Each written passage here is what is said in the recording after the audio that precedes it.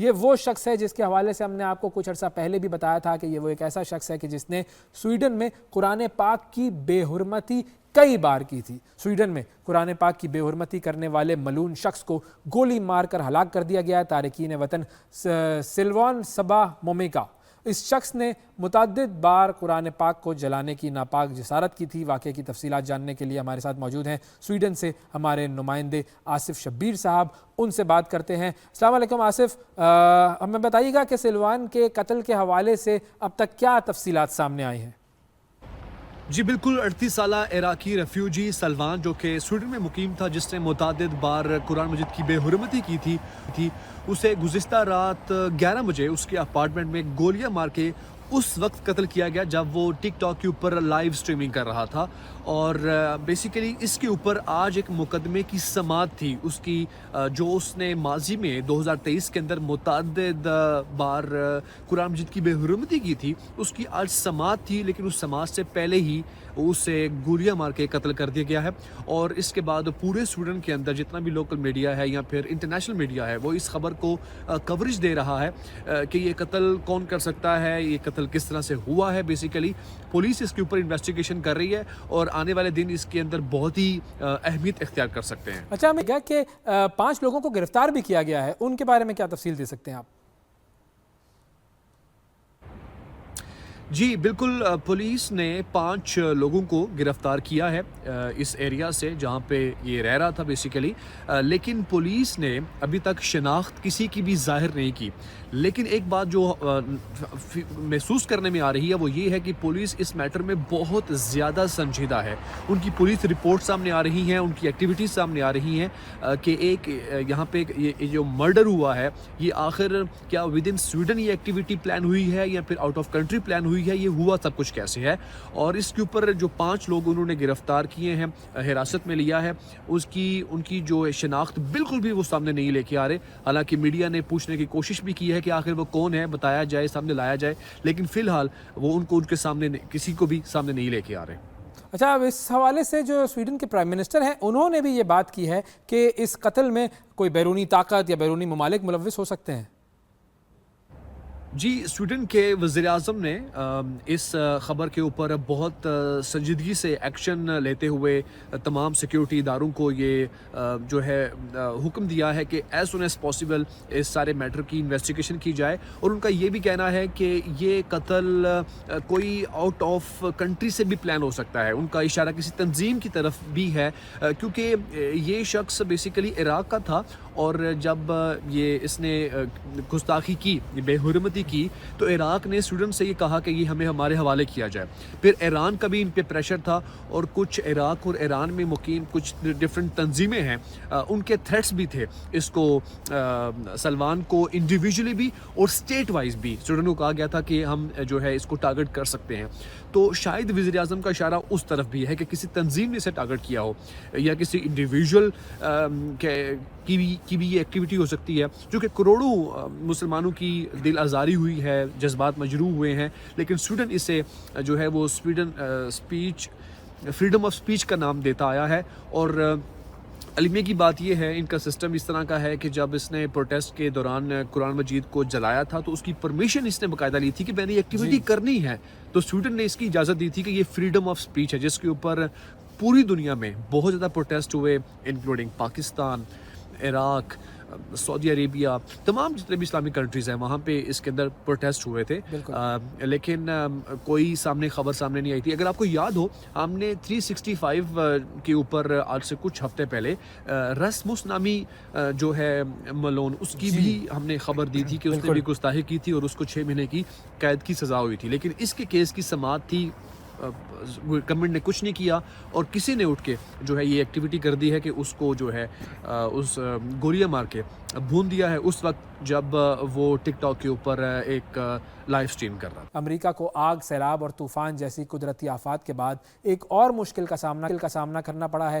گزشتہ روز پیش آنے والے طیارہ حادثے میں 67 افراد ہلاک ہوئے، 40 افراد کی لاشیں جو ہیں وہ نکال لی گئی ہیں۔ مسافر طیارے میں ایک پاکستانی خاتون اسری حسین بھی سفر کر رہی تھی۔ اسری حسین ریاست کینسس کے شہر وچٹا میں کسی کام کے سلسلے میں گئی تھیں اور واپسی پر اس بد نصیب طیارے میں سوار ہوئیں۔ اسری حسین کے شوہر کے مطابق 30 جنوری کو رات 8 بجے کے قریب جیسے ہی طیارہ ریگن نیشنل ایئرپورٹ کے قریب پہنچا تو ان کی اہلیہ نے موبائل فون پر انہیں ٹیکسٹ میسج کیا کہ ان کا طیارہ لینڈ کرنے والا ہے۔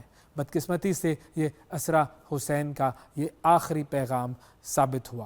حادثے میں اہلیہ کو کھونے والے حماد رضا کا تعلق امریکہ کی ریاست مسوری سے ہے۔ طیارہ حادثے کے بعد نئی بحث اور الزام تراشی کا سلسلہ بھی شروع ہو گیا۔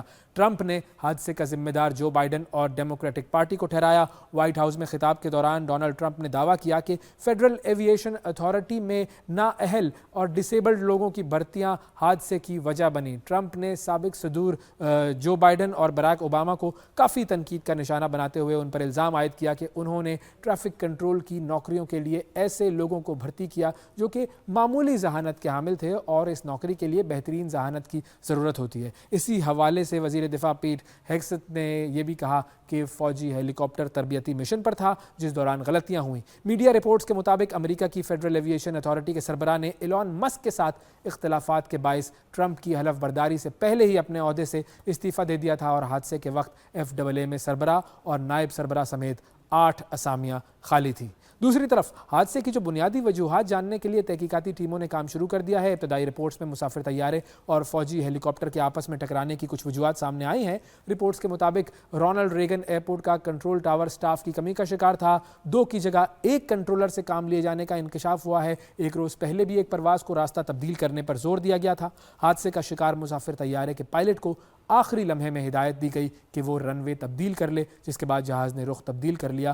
رپورٹس میں یہ بات بھی سامنے آئی ہے کہ حادثے سے 30 سیکنڈ پہلے ہیلی کاپٹر کو کہا گیا کہ مسافر طیارے کو گزرنے دیا جائے، لیکن اس میں سے کوئی جواب نہ آیا اور اس کے فوری بعد زیر تربیت فوجی ہیلی کاپٹر مسافر طیارے سے ٹکرا گیا۔ تباہ ہونے والے جہاز اور ہیلی کاپٹر کے بلیک باکسز مل گئے ہیں۔ مزید تفتیش جاری ہے اور ساتھ ہی ساتھ یہ سوال بھی پیدا ہو رہا ہے کہ اہم ایئرپورٹس کے اطراف میں زیر تربیت فوجی ہیلی کاپٹروں کو پرواز کی اجازت کس نے دی تھی۔ اگلی خبر کی طرف جاتے ہیں اور بات کرتے ہیں جی افغانستان کی۔ جی افغانستان کے ساتھ جو معاملات ہمارے چل رہے ہیں اس حوالے سے اب ایک پیش رفت سامنے آئی ہے۔ پاکستان کی افغانستان کے ساتھ سفارتکاری کے ذریعے امن قائم کرنے کی ایک اور کوشش۔ خیبر پختونخوا حکومت کا افغانستان سے مذاکرات کے لیے وفد افغانستان بھیجنے کا فیصلہ۔ وفد بھیجنے کا مقصد قبائلی اضلاع سمیت خیبر پختونخوا میں امن و امان قائم کرنا ہے۔ مشیر اطلاعات خیبر پختونخوا جو ہیں بیرسٹر ڈاکٹر سیف صاحب، ان کا کہنا یہ ہے کہ وفاقی حکومت کی منظوری کے بعد وفد افغانستان جائے گا، اس میں قبائلی عمائدین، مذہبی اور سیاسی رہنما شامل ہوں گے، اور انہوں نے بتایا کہ افغانستان کے ساتھ 2650 کلومیٹر طویل سرحد پر دونوں جانب پختون قبائل آباد ہیں اور سرحد کی صورتحال کا براہ راست اثر خیبر پختونخوا اور قبائلی اضلاع پر پڑتا ہے۔ ڈاکٹر سیف کا یہ بھی کہنا تھا کہ قبائلی اضلاع میں امن و امان کا مسئلہ حل کرنا خیبر پختونخوا حکومت کی ذمہ داری ہے، ساتھ ہی سفارتی تعلقات اور قانونی پیچیدگیوں کو بھی سمجھتے ہیں۔ ان کا کہنا یہ ہے کہ خیبر پختونخوا حکومت TORs تیار کر کے وفاقی حکومت کو منظوری کے لیے بھیجے گی اور مذاکرات دونوں اطراف کے قبائلی اقوام کے درمیان ہوں گے اور خوارج سے کسی قسم کی کوئی بات نہیں ہو۔ آپ کو اب لے کر چلتے ہیں خطہ فلسطین کی طرف، جہاں پر جو قیدیوں کی جو ایکسچینج ہے اس کا مرحلہ چل رہا ہے، سیز فائر اس وقت چل رہا ہے۔ غزہ جنگ بندی معاہدے کے تحت اسرائیلی خاتون فوجی ایگمبرگر، خاتون اربیل یہود سمیت 3 یرغمالیوں کو رہا کر دیا گیا ہے، جس کے بدلے اسرائیلی جیلوں سے 110 فلسطینی قیدیوں کو بھی رہائی ملی۔ آج رہا ہونے والے فلسطینی قیدیوں میں عمر قید کے 32 قیدی جبکہ 30 بچے بھی شامل تھے۔ آزادی حاصل کرنے والوں میں وہ لوگ بھی ہیں جنہوں نے 2 دہائیوں سے اپنوں کی شکل نہیں دیکھی تھی۔